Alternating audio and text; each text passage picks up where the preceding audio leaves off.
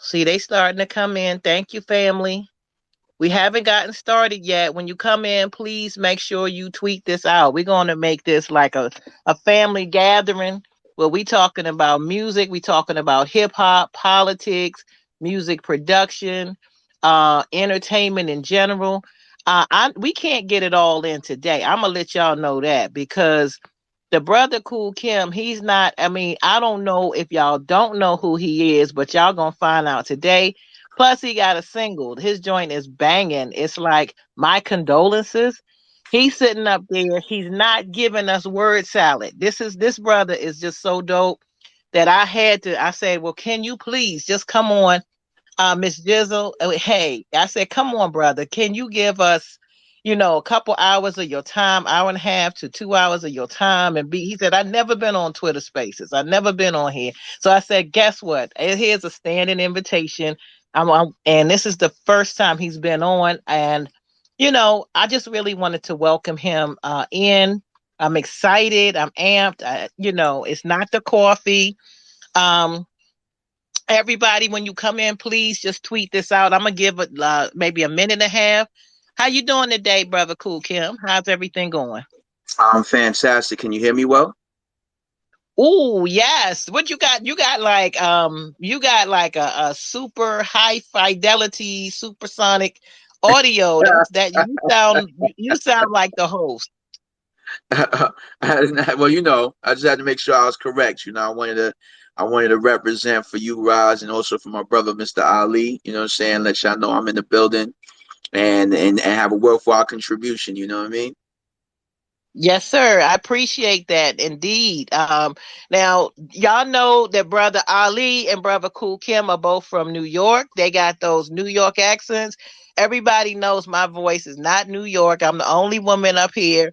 And sisters, I'm gonna give y'all opportunity to come in and talk to the brothers. I see some people that are in here, families coming in. I see Miss Jizzle is an artist, beautiful vocals. I mean, we're gonna talk about some music today, sis. Don't you like that? I mean, we talking about the culture, we talking about our culture, we talking about politics, we talking about just everything in general. We are not. Cool Kim is one of those brothers that should write a book. um he's brilliant. He's not. I don't deal with the average or below average, and he's definitely not that. I'm talking about intelligence wise, skill wise, production wise. This brother is on a whole different level, and if he weren't that, I wouldn't say it. Y'all know how I get down. So I'm tired of us not being able to get into our culture because we focused on so much else. This is Wednesday, it's a hump day. We need to start, people hopefully finish work. And this is a time where we can really build and have some fun. This is going to be a fun space. This is not going to be a high pressure, high stress space. All right.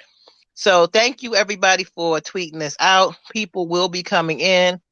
Um, so basically, this is Ross from the DMV, and I'm on here with my brother, Mr. Ali. And as I stated, we got the brother Cool Kim, who is an artist extraordinaire. He ain't just an artist; he's an artist extraordinaire. And we are by the people media, and brother Ali is be the power. So we all here, we call it BTP squared. So we're going to be doing our thing as far as being able to build with brother Cool Kim. Brother Cool Kim is an artist that I remember. This brother back in the day, he was talented. A lot of people don't understand how talented he is, and the reason he's talented because he has decades of just skills that have never diminished.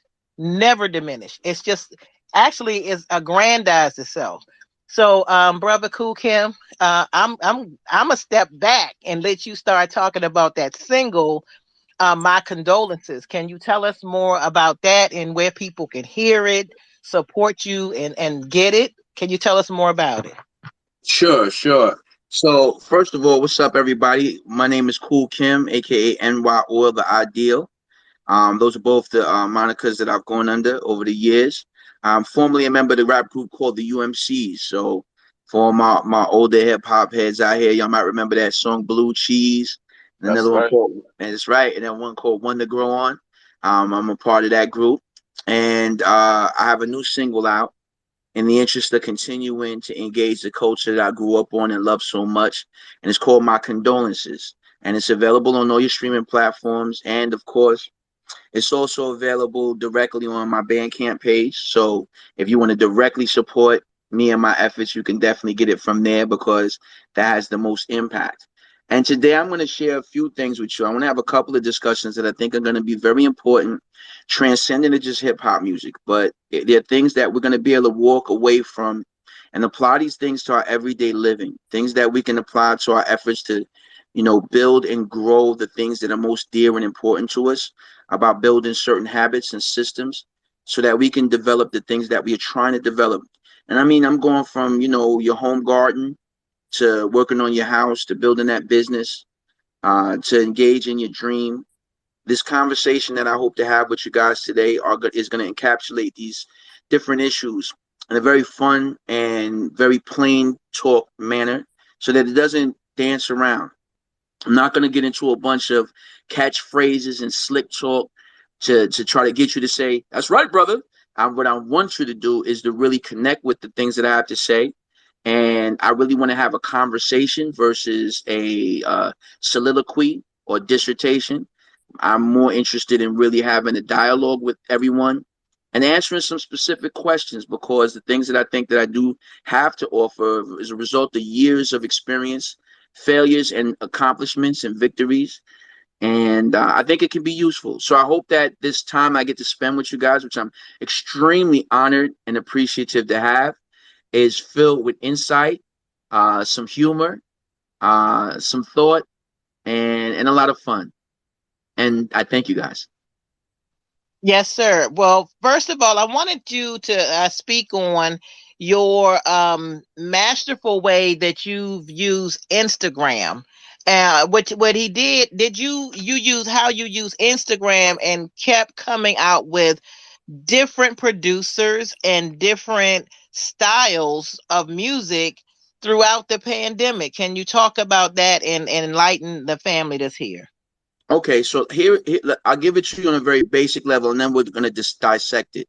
And here's where we'll begin the process of the things that I'm going to describe for for myself, how you can like extrapolate these things for yourself. Okay, so it begins with one, I educated myself, right? So before I went on any endeavor, the Art of War says before you go on any campaign, one should know the way, the weather, the terrain, the leadership, and the discipline.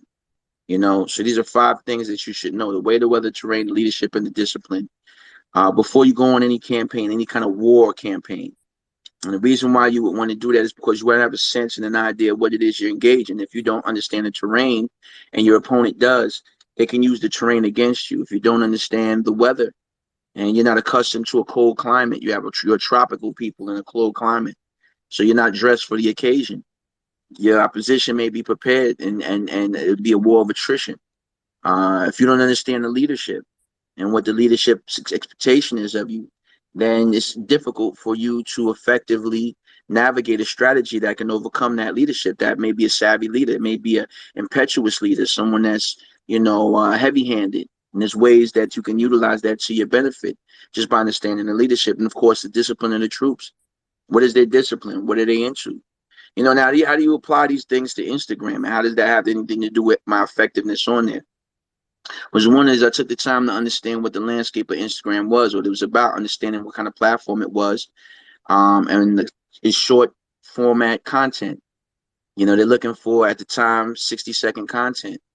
They're not really looking for YouTube quantity, 15-minute content, 5-minute, 10-minute content. They're looking for smaller content in smaller bite-sized packages, which speaks to a larger issue of the fact that social media and media in general is trying to socially engineer people to only be able to engage very short form content.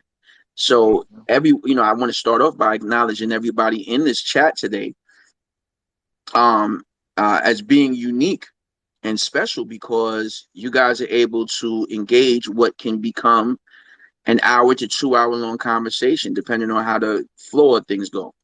But you guys are here for it because it's like you're able to still engage that part of yourself that says, no, I really want to get into a conversation. I just don't want a little bite-sized chunk of conversation. I want to dig into it and dissect it. So that's, you guys are awesome for that. I mean, I understood that it's short form content.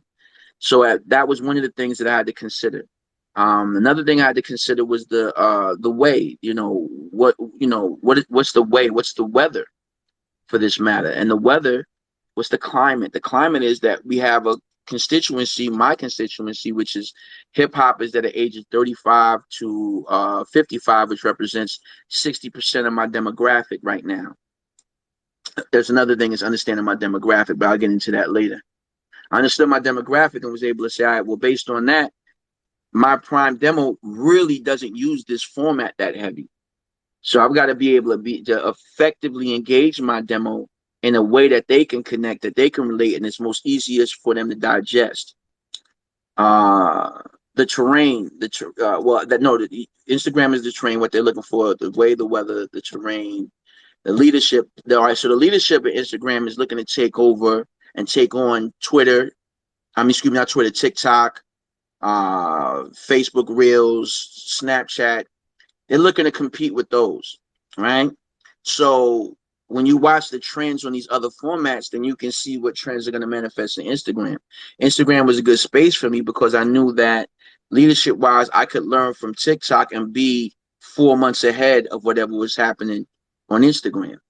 So if I mastered it there, or at least if I got an idea of it or understanding of it there, I can bring what I saw there over here, and it would be brand new, special, and different. And so that worked perfectly for me because I'm ahead of the game, and I know that in the fact that Instagram was hungry for something that can overcome the TikToks of the world. If I followed their movement, so when they got into Reels, I jumped right into Reels. I made all real content. You know what I'm saying? And Reels are basically these short TikTok 60-second clips that you put on at their full screen if you're not familiar with Instagram or Reels or anything like that.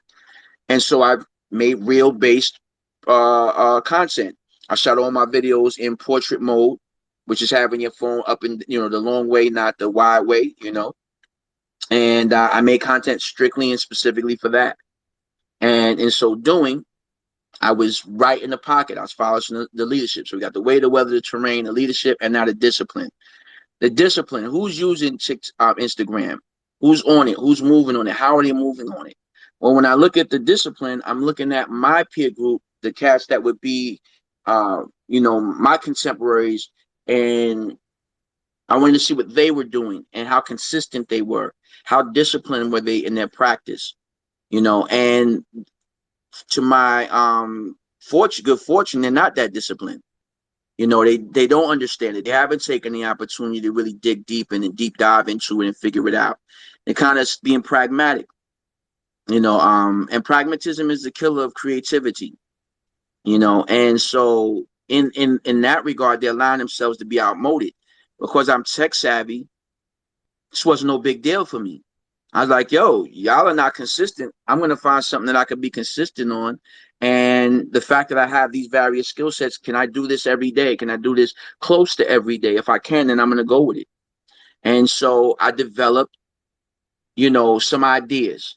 Now, in 2019, I start at the end of the year, I started to do this album called, it was actually a digital EP is what I called it, called Demo Music. But then the pandemic hit right as it was starting to pick up steam, and it kind of threw everybody for a loop, and it's like knocked the wind out of the sails of that. But because everything I was doing was digital based, I was online and I was using Instagram. I didn't want to really use Facebook anymore because Facebook is very hostile to certain types of creators. And I was one of them. And so, I was like, all right, let me focus on Instagram. And I started this thing called Collab Lab. And this is a very important thing to consider because when I was doing Collab Lab, what it was basically me collaborating with different artists. I was blessed to have Master Ace on Collab Lab, Freedom Williams, Cy Martial Law, Mikey D, and many others came on, and we just had a great time, engaging in the art form and letting people watch us create songs live on Instagram Live. At the same time, D Nice was doing Club Quarantine, and some others were doing some other stuff online. And all of this was great because people was like they were transforming the means by which they delivered their artwork to people. And a lot of people couldn't adapt, which is another important thing, the ability to adapt. Cool Kim, Yes, sir. real quick. Got a question with the collab lab. Did you need to have an iRig? Did you have an iRig? Yeah, to actually use that platform. No, I didn't. You didn't need it. Okay, cool. Just wondering about it. Okay, cool. And let me finish this thought, and I'll get into that too, like that spec for you, because that's important. You know what I mean? Like that's an important bit of tech issue that should be unpacked. Well, because what actually that's a good segue actually, because what ends up happening is what I found is that how many people that were in the same business as I was in, rappers, artists from the 90s, that did not have, a laptop or the PC with any kind of DAW. Or DAW is a digital audio workstation, which is basically what you record your voice on. How many of them didn't have a microphone? Now I got mics galore in this house. I was like, man, I got to ship a mic out to you or something. How do you not have a mic? And this is what you do for. It's like a carpenter that don't have a hammer at home. Like it was just weird to me. You know what I'm saying? And around that time, we had an opportunity to work with this up and coming company called Session Wire, which is an amazing interface where you can basically produce and record together live in real time with video and with a video interface. So it would be like what Zoom is for podcasting. Session Wire is that for music production and creation. And what the problem was that the technology is still ahead of the pragmatism of the people that would actually use this tech. You know what I mean? And so that became problematic because it was like, yo, here it is. I'm trying to get these cats to use Session Wire because now we could do. It's like we coming to school in the Bentley. Like, all y'all got to do is come on. We gonna look good, man. Let's do this. We about to look good out here. And cats couldn't even begin. Like, they didn't even have the fundamentals to be able to use that. So really, me personally, when I go live on Instagram, I just use my phone because my phone tech is good enough that I can get, like right now, I'm just using straight up my phone. I'm not going through my mixer and using my CAD mic and none of that, to communicate right now. I'm strictly just using my phone. And what I found with Instagram is that they still have some issues with their live feeds, that if you come on my live with me, the sound is going to degrade. So it wasn't optimal for what I was trying to do with Collab Lab. But more important than that, Collab Lab had too many working parts. All right. And this is when now I'm going to get into something that I think that a lot of you need to hear. So listen close, folks. I had too many working parts. And what did I mean by that? I needed too many people to say yes, to have their thing together. I was relying on too many people outside of myself to do what I was trying to do. The premise of it was collabing. So by virtue of what it was even called, it was going to require that I had people helping me do this. You understand? But that became problematic. One, because my personal equity as an artist at that point wasn't enough to make sure that people would do this for me, because there was not a lot in it for them. The views that I was getting at the time were not so stellar that, somebody was going to waste their time or that effort to put themselves in that position. My name was such that they had more to lose to come on Collab Lab and be dominated by me on a song, which most of them would find themselves in that situation. It was risky for them.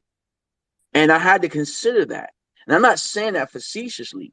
These are the things you have to consider. Like, if you start dealing in the 48 laws of power, they talk about, not overshadowing someone that you need. You know what I mean? When you're reaching out to people whose social status, and that's a very real thing, is higher than yours, for whatever reason, whether their work status, a supervisor, a job, or whatever, or their social status, this person is a little more popular than you, but you're trying to enlist them into something that you're doing, and their presence would be helpful. You don't want to put them in a position that, you know, the juice isn't worth the squeeze. If they're working with you, it's a bad look, because if you outshine them, that takes away from them. That doesn't enhance them, you know. So I couldn't hold the people the way I wanted to. And then when I had the technological issues, it started to become difficult to maintain the momentum that I had begin to get. What I started to do to stall for time in between collab labs was with these things I started calling 1-minute takedowns. And what they were they were basically, it started off with me just taking old music that I know people had never heard before, and I would just do these little short videos and, you know, post them up to Instagram. I put them in the real format, you know, which was the portrait mode, you know, grabbing those songs that I know no one heard, that I never did anything with, and I just put it up and, you know, let people rock to it. And I started to get a little movement. People were enjoying it. But I had reached the end of the road. When I got to the end of all of those songs that I had that I felt were good enough to do, right, I had to do something new, make up something new. So what I started to do was find producers that were just posting beats up, you know, like they would do like the producer little reels and stuff. They just showing them doing their own beats and all like that. And I would just download that beat, put it on my system, record a verse to it, shoot a video, edit the video, put myself in their video to mashing it up together so it looked like we did it together. And that was the 1-minute takedowns were born. And it was just different. It wasn't, you know, it wasn't as different, not because people aren't doing what they call on like stitches is what they call it on TikTok, and on Instagram they call it a remix. Not like people weren't doing that. You know, like people are doing it all the time. But what they weren't doing, they weren't downloading. They wasn't downloading the songs to get the best quality.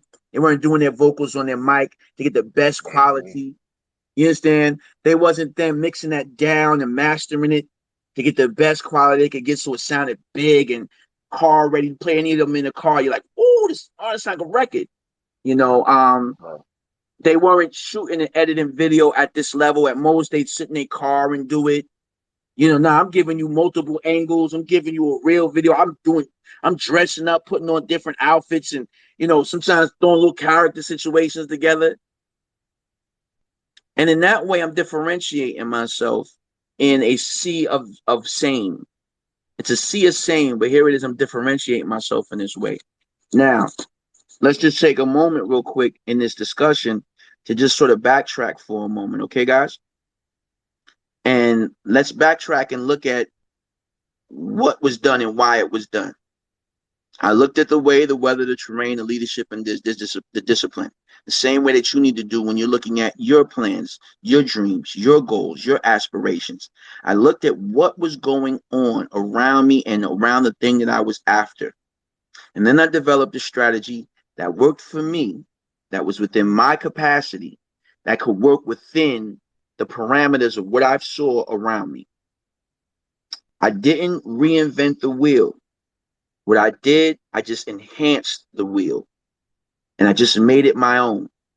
You know, it's all been wheels for years and years, and yet and still, every year there's a new rim that comes out. Same thing, a little different tweak here, a little deeper dish there, a little extra that there, a little this to make it a little special, a little more different than the ones that came before. And that's what I did. I didn't copy what other people were doing. What I did was I copied the method. This is what people are doing. Now let me do it my way. You know what I'm saying? And I adapted. And that's the main thing. Adaptation. Something that we are all sorely lacking in. So many of us want to do amazing things in this world. And then we marry this idea that we came up with 5 years ago in a world where technology changes every 8 months. and we refuse to adapt. We become pragmatic and stoic in our points of view and how we'll address things. And then as a result, we're unable to shift and bend. We're unable to form into we're not able to be as water. And we should all be as water when it comes to our ideas and our thoughts and our efforts to achieve our goals.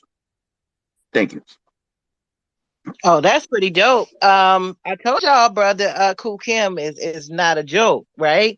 So, definitely, Mr. Ali, did you have anything else? I know you are an musician and audio whiz.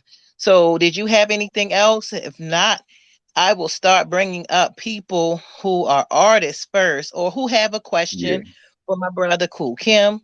So, I'm gonna let Mr. I Ali do come have in. a question, right? One of the things that we were doing, you mentioned remixes. We were, when I was working with some of my own artists, 'cause I was doing independent work through my production company slash label and releasing singles, etc. Right? We used to do for promotion pieces. This is kind of before Instagram really, really took off.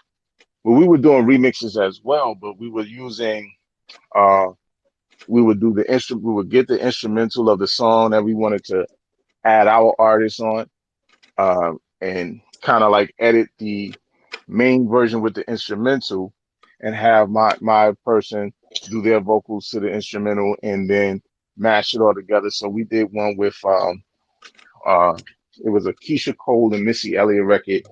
I'm trying to remember what was the name of that song. You probably know this song when you hear it, the Keisha Cole, Missy Elliott joint. And we did a remix to that. We did a bunch of different things like that. We would get the instrumental, but a lot of them labels, they stopped releasing instrumentals that you could just get and download. So, how did you, when you talk about doing it for your videos, how do you do that in terms of being able to add your vocals to it? How is the method I mean, what's the method that you use to make that happen?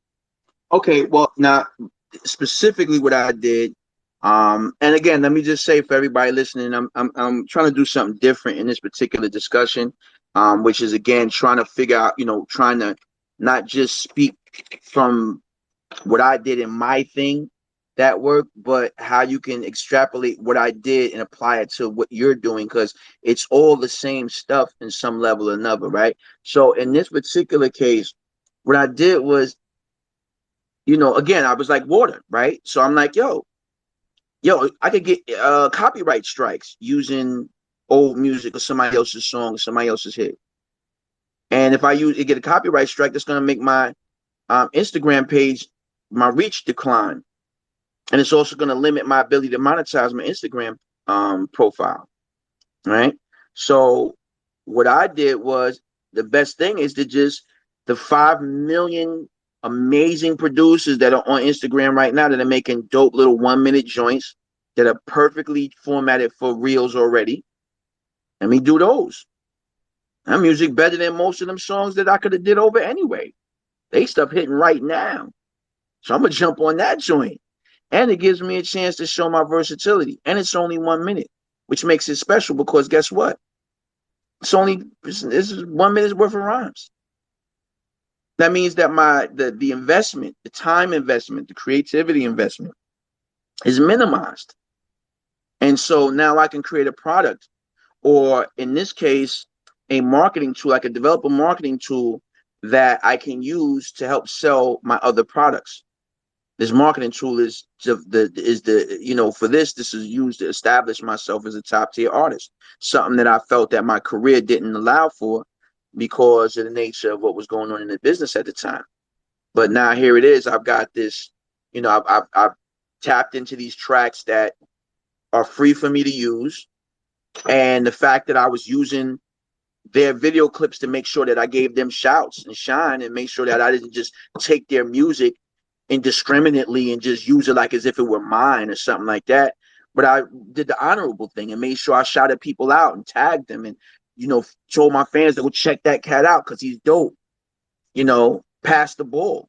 That helped things as well, because it made those producers more eager to, you know, support me and big me up and share what I was doing on their stories and on their reels. And that's what you really want. You know, a lot of times we're going after our thing, and we're going after our thing so single-mindedly that we're not thinking about there's so many opportunities to create friendships and relationships. You know, and in doing that, you know, it doesn't have to be about how that actually benefits you in totality. It's just that it's a benefit in general. And if I benefit people, they got me on their mind. They're willing to work with me. They think that I'm a good guy. And that helps me because, you know, with most businesses, there's this thing I call the jerk season in the business where you got to jerk people.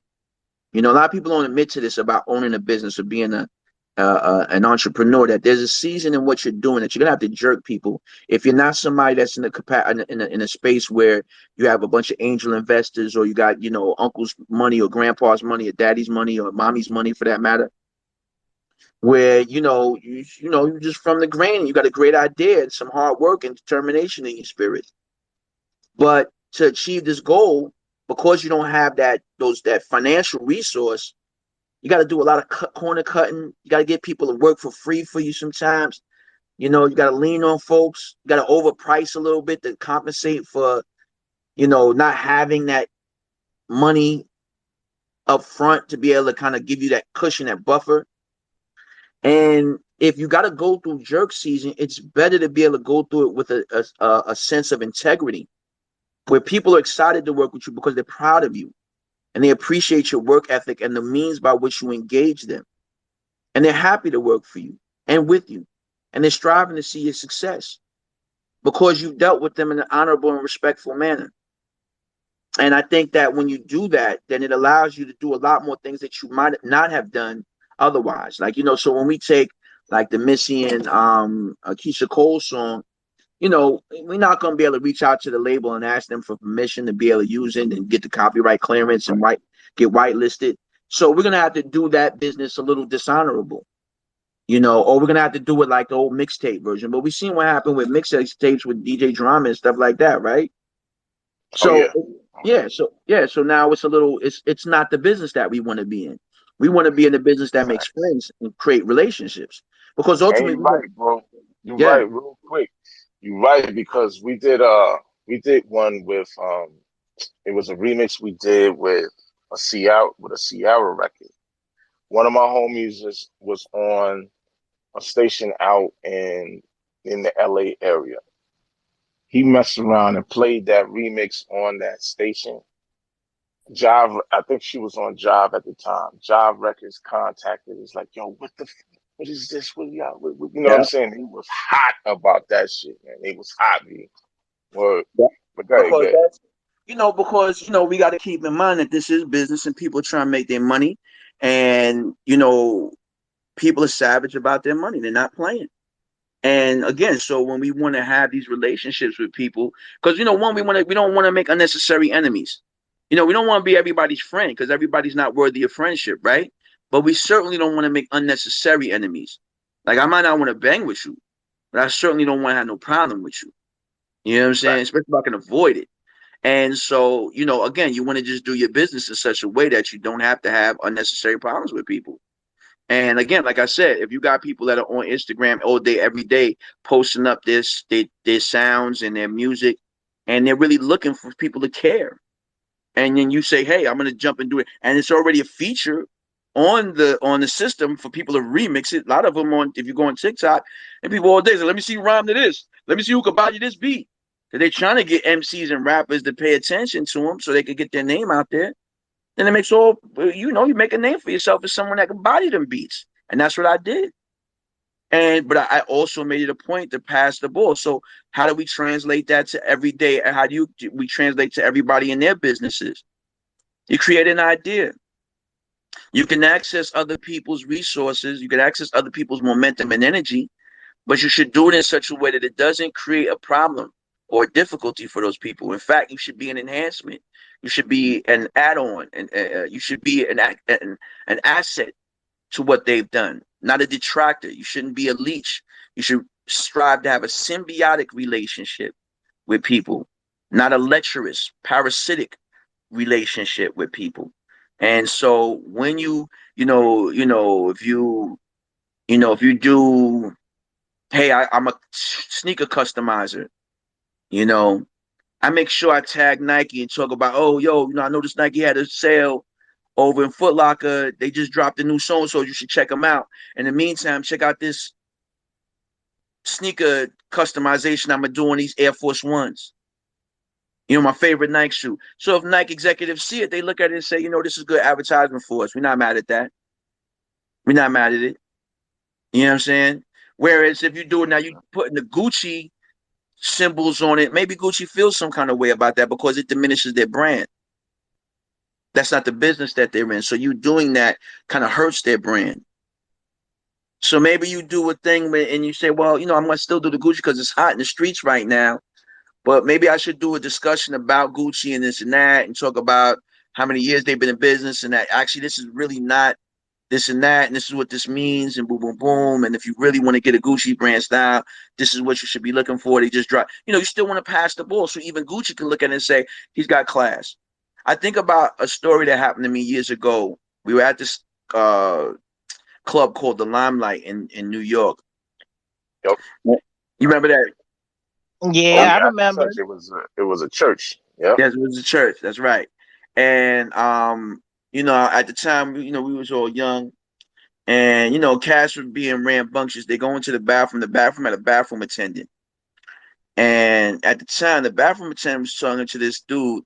Looked like he's wearing a shark skin suit, like one of them shiny suits. Looked like a typical what you would think a mob dude would be, you know. And they're talking, and the people that were with me come in there, they're carrying on, do snatching the candies off the tray, just a bunch of dumb, ridiculous, right? Um, I'm watching this, so I kind of linger till they all leave. I finish up, I wash my hands, and I don't take any of the candy or something like that. But I reach in my pocket and I said, "Sir, I don't have a lot of money, but can I give you this $5 that I have and apologize for my friend's behavior? I appreciate your efforts." And the attendant was like, "Oh, no, thank you." He thanked me for it. And the dude that was talking to him, he said, "Hey, kid, you got a lot of class. I appreciate you." I said, and I just tipped my hat and I left out. And I don't know that it would have been a problem beyond that, but it could have been a problem. A little bit of class goes a long way, is the moral of that story. Treating people the way you would like to be treated goes a long way. And this can be done in business. And there's no business plan that's worth the ink it's written on that has to be built around jerking someone else. Has to be built around taking from other people. A good plan works for everybody involved. And if you can build good plans like that, you ensure a level of longevity that doesn't require you to sell your soul. That is powerful. I appreciate everything you said, and I mean to let you know too, Kool Kim, that most of the people in here, not everybody, but a lot of people in here are either artists or they're doing some kind of work. Everything that you said is extremely poignant, right? Because if once I look at it, I mean, I had done marketing and promotions for music. I still have relationships from people that I started working with in the 90s, because my integrity has never wavered and theirs hasn't either. And you build friendships. It should be a win-win situation for all parties involved. And people don't understand that. I mean, that happens in politics, in art, in corporate America, wherever you are. The strongest relationships is a win-win, and then you don't have people coming after you, right? I mean, that's a major thing too. Not having people, like you said, coming after you because you jerked them or they feel that they've been jerked, and that's just freedom of mind and peace of mind. Really, is priceless. You don't look over your shoulder and worry about who did I um who did I dog out? Who did I jerk? So on that, I'm gonna ask some of the artists. I had I think she's still here. You can raise your hand, Sister Riri, and some of the other artists to come to the stage too, or anybody really. But you can say what you had wanted to speak to my brother KOOL Kim about, and we can take it from there. So raise your hands. I'm gonna let y'all start coming in. Ali, of course, you know you can come in at any point in time because I know you have a lot of, this music thing and what Brother KOOL Kim was talking about I mean, with everything really, it's the next And level. let me just say this too to all you guys listening. One of the big mistakes that we tend to make is, we assert social status or the value of somebody's information. We assert the value of someone's information or wisdom based on their social status. Just because you guys aren't hip to what I'm doing does not mean I don't have the answer for you. In fact, I'm more than likely to have a more clearer and more appropriate answer for you than your more popular artists. Because unlike your more popular artists, they're not doing that work. There's an entire infrastructure that's doing that That's work right. for them. You understand? Absolutely. So don't miss this chance because you're looking for MC so and so to come on here and tell you that. Because MC so and so is not here. And they're not going to tell you that. Because if they were, they would be telling you that right now. Get that knowledge where it's available so that you don't miss this opportunity.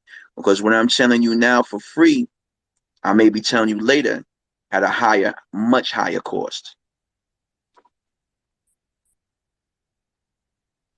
There you go. I mean, right now, there back in the day, there was at Howard University, the hip hop conference. There is no more hip hop conference. We got to talk here, and this brother and brother Ali and myself, we have decades in the music and entertainment business, Yeah, it was and a bunch of conferences, Roz. man, That it was a lot of remember conference, yeah, we and a went to lot of them, the Impact Jack the Rapper, Impact, New music um, seminar, BRE.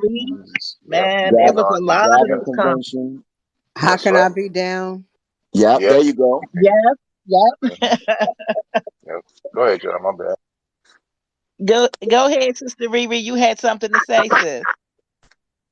Not really too much. I just wanted to say this is a great space, and I appreciate the brother and what he's saying because these days the artists are not that disciplined the way that he seems to be, and I truly appreciate that as someone who did artist management and artist development.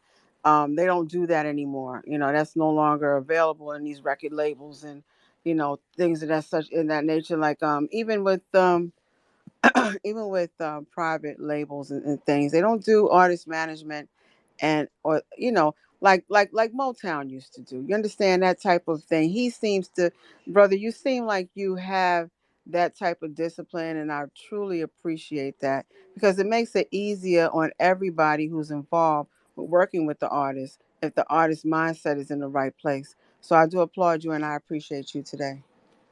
Riri, thank you so much for your comment. Let me say that, discipline is hard fought and hard won after many, many years of not really understanding the value. And, what I have comes with its value is encapsulated in my maturity and age and experiences and failing and losing and even experiencing points where you thought you would never see this thing again, you'd never have a chance at this thing again, and yet and still somehow by the grace of the Most High, here you are with another opportunity, and it gives you, uh, discipline is more important than motivation. You use motivation to get discipline, and then you use discipline to get you through to creating habits that allow for goals to be, or what habits that build systems and systems that achieve goals, right? And I think what we lack, one, is a transference of understanding and information. So because so many of us have been cultured to be for the bag and the bag alone, and we have this innate fear that the bag is limited, and they print money every day, all day. right? They create and generate money, and they make money disappear all the time. It's not. So there's no. You could never make so much money that I could not make my money on what I do based on my effort.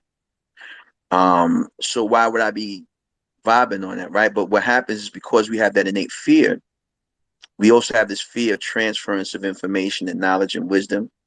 Because there is this very serious issue with ageism where people don't respect their parents, because the Black community in particular, African American community in particular, has been brainwashed to believe that one, like we don't have parents in the house, which is a lie.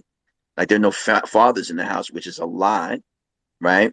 But we don't have a value for that. And so the transfers of information and knowledge and wisdom has been stifled. Our youth don't want to hear from us. And we've been cultured to be very here today, going tomorrow-ish. We only respect people with opulence, with no real value. They have no real merit to why we respect what they say. But we just respect it because they got something that looks like something that we want. So we think that maybe they know a way for us to get to it. That's But right. most of life ain't like that. Most life, 99% of us are going to live a life where we strive to survive. Most of us are going to have a life where we're like James Evans from Good Times, keeping your head above water, making a wave when you can. That's what most of our lives are going to be like. So the spaces and places that we want to receive knowledge from and learn disciplines from people are from people who exist and survive and thrive in those spaces. Not the guy in the ivory tower, because he's not hip to nothing that's going on anyway. You get That's these right. cats, that jump on these sort of things, and they start talking to you about stuff like, the power of thought. You just have to think this thought. And it's like, my man, that ain't got that's Mm-hmm. not that ain't what's happening, man. That ain't what's happening. That's not Come how on this. now. That's not what my struggle is. That has nothing to do with this rent that y'all trying to pay this month. That has nothing to do. I can tell you about that because I've experienced it. I know what landlord tenant court's about. I've been there. You understand what I'm saying? And I know what I did to never have to go there again. And it's not something so outside of the range of anything that any of y'all could do. It's just that I figured it out. I know what it's like. I know what missed meal cramps are like. I know what waiting on that y'all waiting for them stamps to come in is like. I know what the food line is like. I know what these things are like. I know how to navigate through these situations that we're all dealing with. More people's gonna be dealing with this than a little bit. So who do we talk to? Boy that got picked up at 18 years old, 16 years old, and he got lucky because he was the flavor of the month, and they wanted to use him to sell their records. And he's really not really getting what we think he's getting. He's just being allowed to wear the trappings of success. So we're gonna listen to this dude who is just he's basically a pick me. He picked him to do what he's doing. He's just that he's the Yep. literal embodiment of the American dream, this dream that they sell you. And the dream is sold so you never figure out what the reality is. Because if you understood the reality, you can do something about these things. But because you're so enraptured and engaged with the dream, no one can even tell you anything because you think it's the way the dream is. But mark my words here and now. Be careful what you imagine. For most things that you imagine are seldom how you imagine them. The Mm-hmm. same thing ain't like how you imagine it being. It ain't, yo, you come to the stool and y'all get picked up in the joint. Yo, we going to the Right. stool, son. We gonna smoke mad L's and say get fly to the stool. Yo, shorty, step on the stool right now. What? It's good, bro. You vibe, you saying it now. I'm about to make this banger. Son, it's about to come out tomorrow. I'm about to be this guy. No, you're not. That's not how that works. That's not Yeah. how it really is. Come on now. How it really is you gotta figure out how to learn how to do most of this stuff yourself. You gotta develop this movement yourself. That's a fact. You gotta get it popping. And then if you start developing yourself, you're gonna have to develop certain disciplines. If you don't develop those disciplines, how do you do what you disciplines create consistency? I got a discipline every morning. What do you do? If you got your hygiene game up, what you do? You wake up, you brush your teeth, wash your face, comb your hair, right? At the least, or you jump in the shower, shit, shower and shave, as they say, right? You're gonna do That's your right. basic thing before you engage the world. Those are habits that you do consistently. That's a discipline that you have.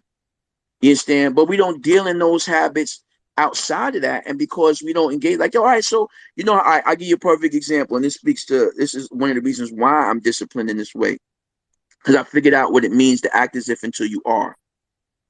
A lot of people think act as if is the front. You know what I'm saying? Yo, I was on the phone with Puffy the other day. You know what I'm saying? Hey, yo, Puffy, crazy, baby. You know what I'm saying?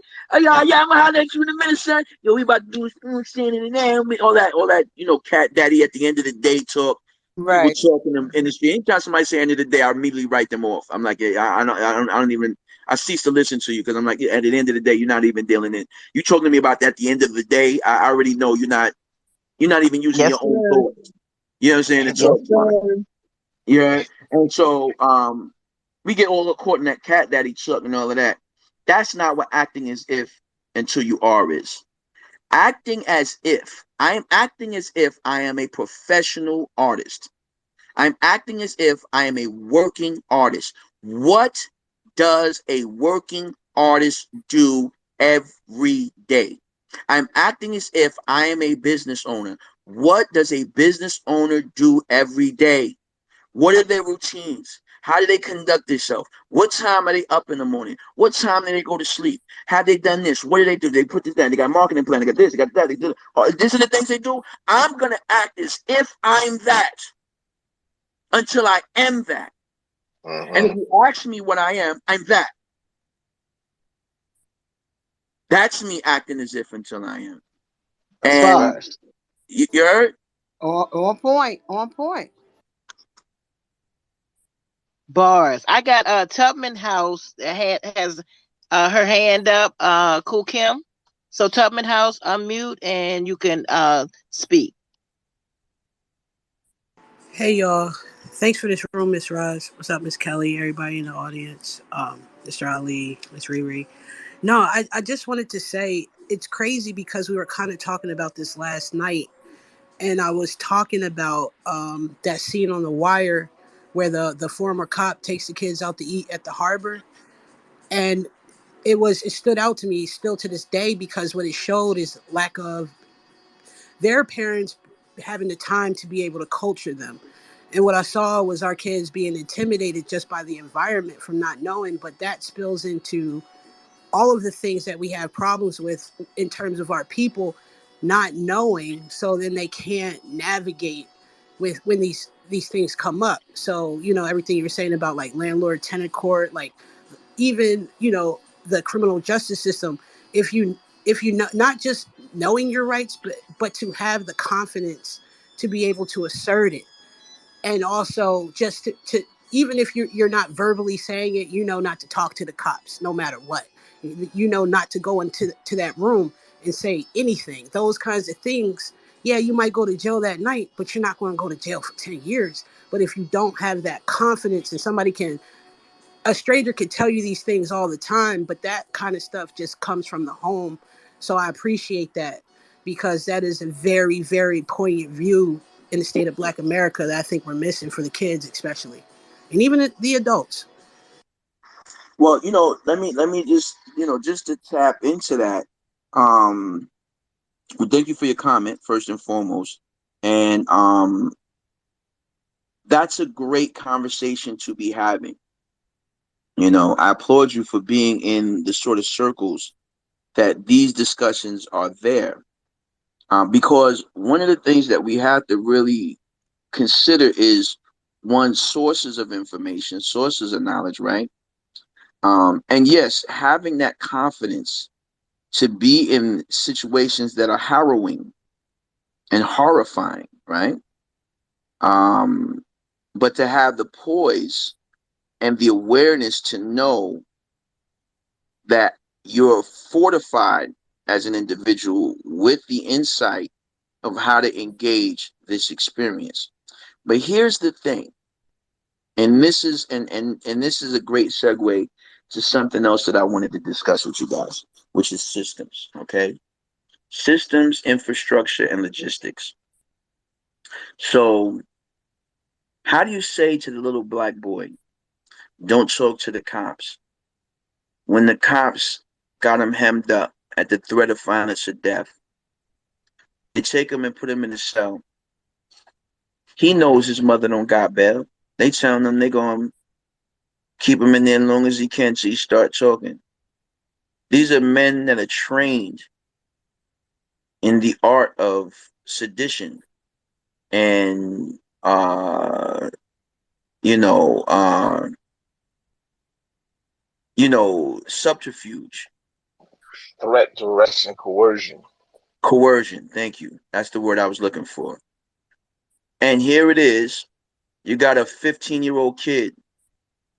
He doesn't know this game like that. I don't even if he was if he streets from 10 toes down on the block, you're not gonna notice. This is like it's like years ago they used to say, "Yo, you can't outrun Motorola." Like you've got a network of communication devices for people that are sprawled out all over your city. You try and outrun what are you outrunning? Radio signals. You just made a left on 5th Street. You can't outrun that. You can't outrun a system. You understand? So how do we prepare our children? How do we prepare our community? How do we prepare ourselves business-wise to engage systems that are counter our success, right? What we have to really be about is develop our own systems and understand the existing systems. One thing that I find that we have a difficult time in these sorts of circles is that we're so anti the man that we ignore the tools that exist that would allow us to overthrow these systems. So we don't even consider things like the spook who sat by the door. We don't consider the idea of infiltration. We don't consider the idea of understanding how to play the game as it exists. I've never played chess where I could just get on a chessboard and say, and then sprawl out a bunch of checkers and be like, no, we're going to play checkers. No, my man, we playing chess. Now, if you win, you can turn this into checkers. But right now, it's chess. So I hope you know how to play chess because that's what we're playing right now. Now, I'm not using the rook because the rook represents the rook is the rook. Hammer is a hammer. You can build a house with a hammer. You can kill somebody with a hammer. You understand? So what are we, firstly, we have to understand how to use the existing systems. While we're using the existing systems to be able to survive, right, as unfettered as we can. It's not about engaging the systems to fall in love with the system. It's about engaging the system to survive the system, right? I'm surviving it. I'm not dying from it. I'm not, not sure where my next meal is coming from. I don't have the stress of worrying about my rent being, I'm not in these bad situations that add this load of stress on my mind and body that make it impossible for me to even develop what I really need, which is my own systems and infrastructure. We have people that go out and protest, advocate in the community as NYOIL. If you ever get the opportunity to look that up on YouTube, NYOIL, you will see a myriad amount of things I did in the community. And one of the things that I noticed early on is how willfully we abandon those people because we think that God's going to work it out. We think that good is a default. That people should, you're doing what you're supposed to do. That's what. Why should I give you props for doing what you're supposed to do? Are you crazy? No one does what they're supposed to do. We wouldn't be in this condition if people did what they were supposed to do. No one does right by people. If we were doing right by people, there wouldn't be 500 memes about how I keep my circle tight because people.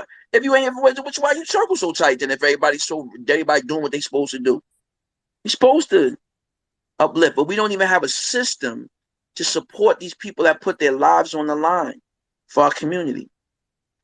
So what we have to really begin to think about, one, is developing the systems individually. We can't keep looking on this wide screen thing, this unity. There's no such thing in this day and time for us.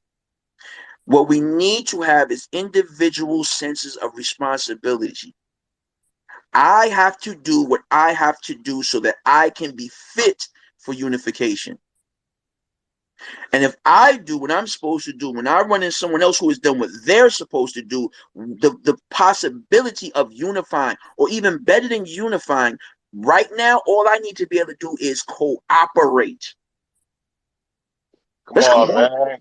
You preaching. Come on. I'm trying. I'm trying. Listen, I ain't come here to play with y'all, yo. Like I could have got on and did a bunch of rapping, but I'm here to try to. I'm not trying to preach. I ain't trying to teach, but I definitely gonna reach. I'm gonna reach y'all. I'm gonna try to reach out so that something that I say have value. Listen, I gotta first get me right. And when people be talking about all this revolution and stuff like that, one of the first things I say to people is like, yo, can you run a mile? Can you hit a mile? Like, yo, we right now, can you hit a Thank mile at a you. decent sprint? If you can't hit a mile, don't talk to me about revolution because you're not fit for it. There it is. Are you doing any kind of combat? You boxing, MMA, jiu-jitsu, Muay Thai, say anything? Are you doing any of these things? Don't talk to me about revolution. Are you at the gun range at all? Not even saying weekly. It might be Thank cost you. prohibitive. Thank you. But are you at the gun range? Do you know how to shoot a weapon? Do you have to disassemble a weapon? Do you know how to maintenance a weapon?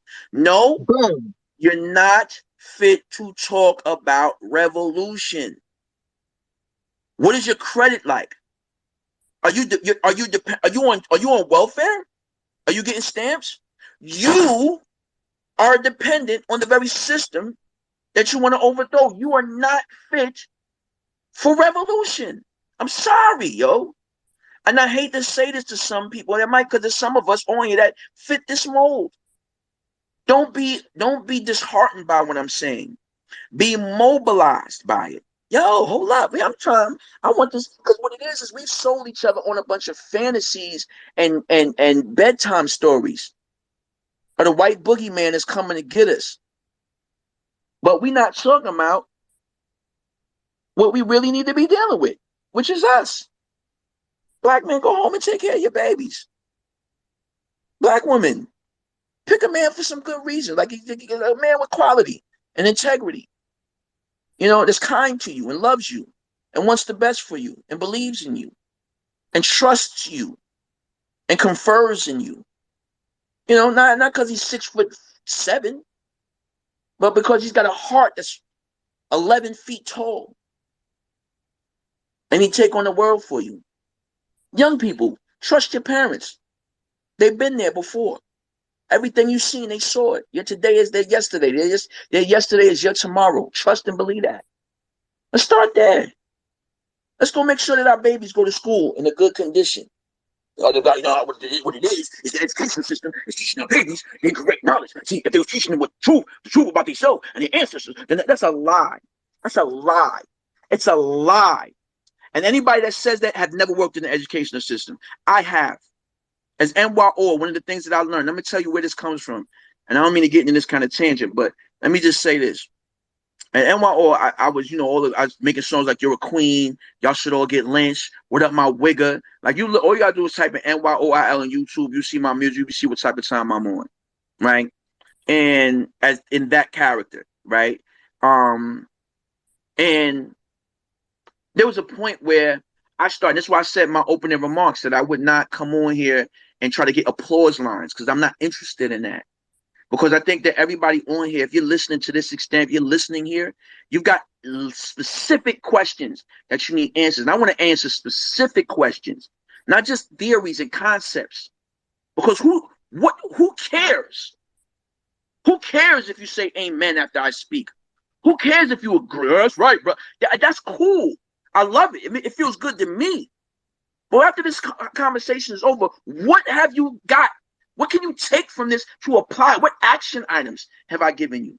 What specific insight? Well, for me, I got tired of that. I got tired of it, y'all.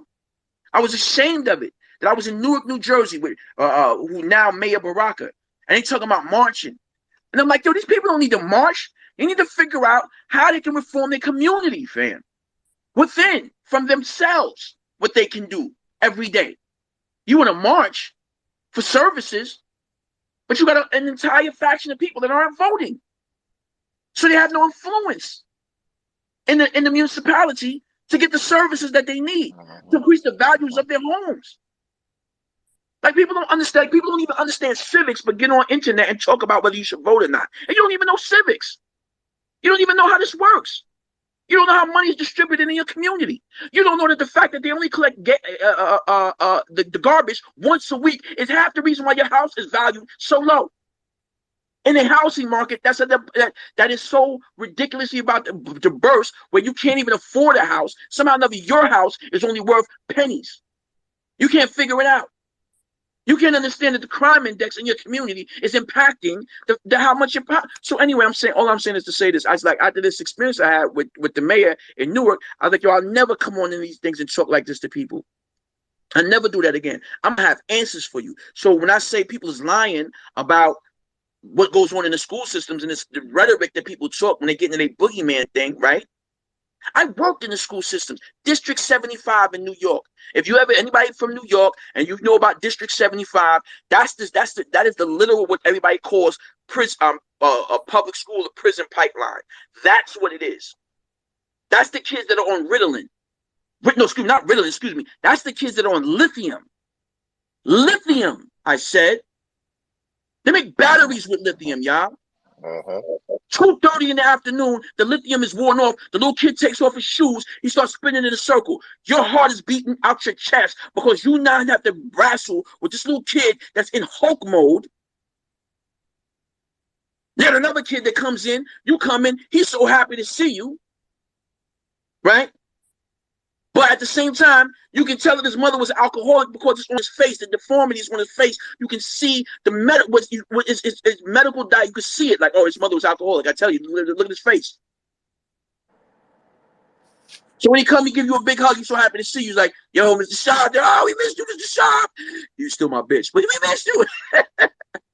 And I love these kids. Right. These kids wasn't having problems because of what we was teaching. You know why they was having problems? Yeah. Because they were leaving the house. What borough was that? What borough was that? When you worked District 75, I was a sub-para, so I worked everywhere, man. But when this particular classroom was in Brooklyn. Brooklyn, okay. You know what I'm saying? But I'm like, all that to say that, you know, we have to be very mindful of what we get into, because we like to get into these things and they sound good and we get to vent our frustrations. And I could dig it because we frustrated. I understand people. I get it, man. I'm frustrated. You understand? But I'm more frustrated at people's unwillingness to do the long-term work that it takes to exercise the disciplines that are required every day to change the conditions that could be changed in a short time frame. And by short, 10 years, 20 years. I'm 51 years old. I could bust out 100 push-ups on you right now. I'll run you down. You know what I'm saying? I'll run you down on what's up. You want to jog? Let's go jog. What you want to do? You want to lift weight? I finished benching 315 pounds. Benching. What? Boom. No spotter. Hold that. I feel just like I felt. I feel even better in some cases. Although I make a little bit of noise when I get in and out of a car. You know what I'm saying? Like, you got to do that when you get after you get about 35, you're going to make noise when you get in and out of a car. I just jumped out of a plane, y'all. What are you talking about? You understand? I'm living this life. I'm telling you, 10 years, 20 years is not a lot. And 10 years, 20 years is going to come and go. What did you do in that time? What did you build for yourself? What disciplines did you instill in yourself that said, yo, these are the things that I do?